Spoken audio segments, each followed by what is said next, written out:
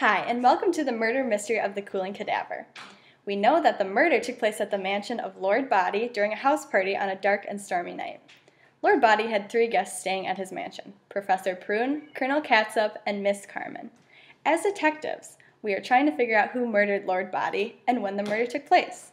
Luckily, we have information from outside sources who saw the guests as they entered and left the mansion periodically throughout the night. The body of Lord Body was found at 1:30 a.m. Through Newton's law of cooling, we were able to figure out the exact time of the murder using the temperatures collected from the body as well as the mansion each hour preceding 1:30 a.m. We're going to start by defining our variables. T sub S is the temperature of the study. It's unknown but constant. T equals the number of hours since the murder. A is time from murder to 1:30 a.m. C of T equals temperature of the corpse T hours after time of the murder. Y of T equals difference in temperature between corpse and study T hours after the murder.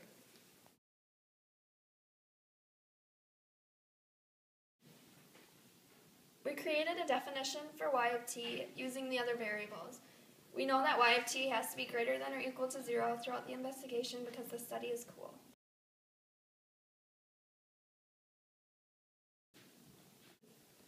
Okay, so we know that Newton's law of cooling says that the rate of change of temperature of a cooling body is directly proportional to the difference between the body and its surroundings.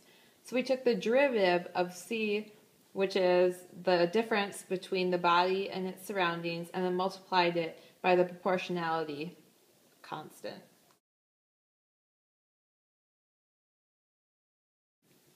We took the derivative of our original equation to find it equal to C prime of t, which allowed us to plug it into our Newton's law of cooling equation.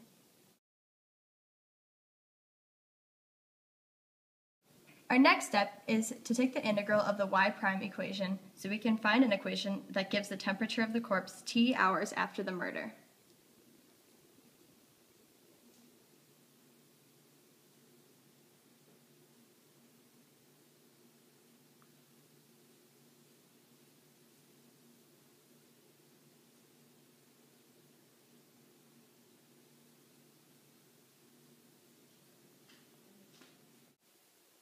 We substituted y of 0 in for a and put that back into the equation that we found after solving for the integral to eventually give us the temperature of the corpse T hours after the murder.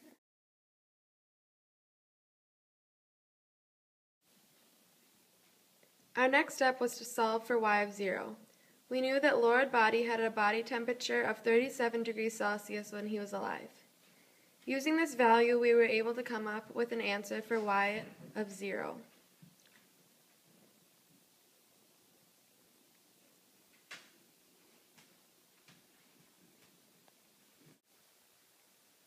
Using the information gathered by the detectives, we found equations for the temperature of the corpse at various times after the murder. Then we took the values we had for temperature and time and plugged it back into our main equation to come up with 3 new equations.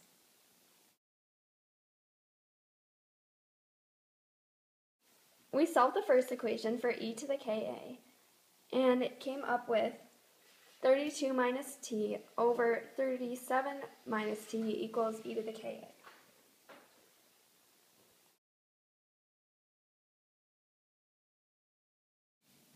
Now that we know our e to the ka equation, we can rewrite our other equation using this equation.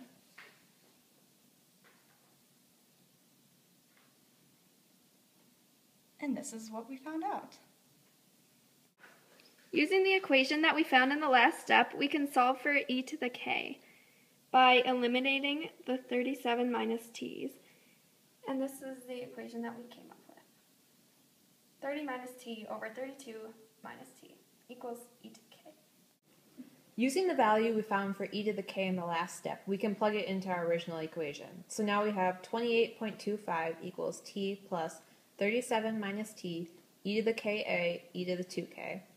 When we simplify this, we find that 28.25 minus t times 32 minus t equals 30 minus t quantity squared.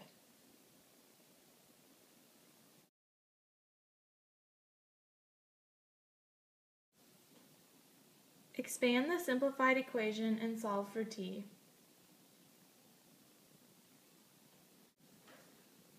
The next step is to substitute 16 equals t into 30 minus t over 32 minus t equals e to the k.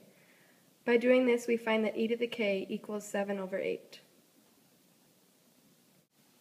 Next, we substitute the values we found, 16 equals t and 7 over 8 equals e to the k, into our e to the ka equation to find... In order to simplify the top equation, we took the natural log of both sides to eliminate the e. And then we ended up finding that a equals natural log of 16 over 21 all over the natural log of 7/8, which is approximately 2.036. 0.036 is equal to 2 minutes. Therefore, the murder took place 2 hours and 2 minutes before 1:30 a.m., which is 11:28 p.m.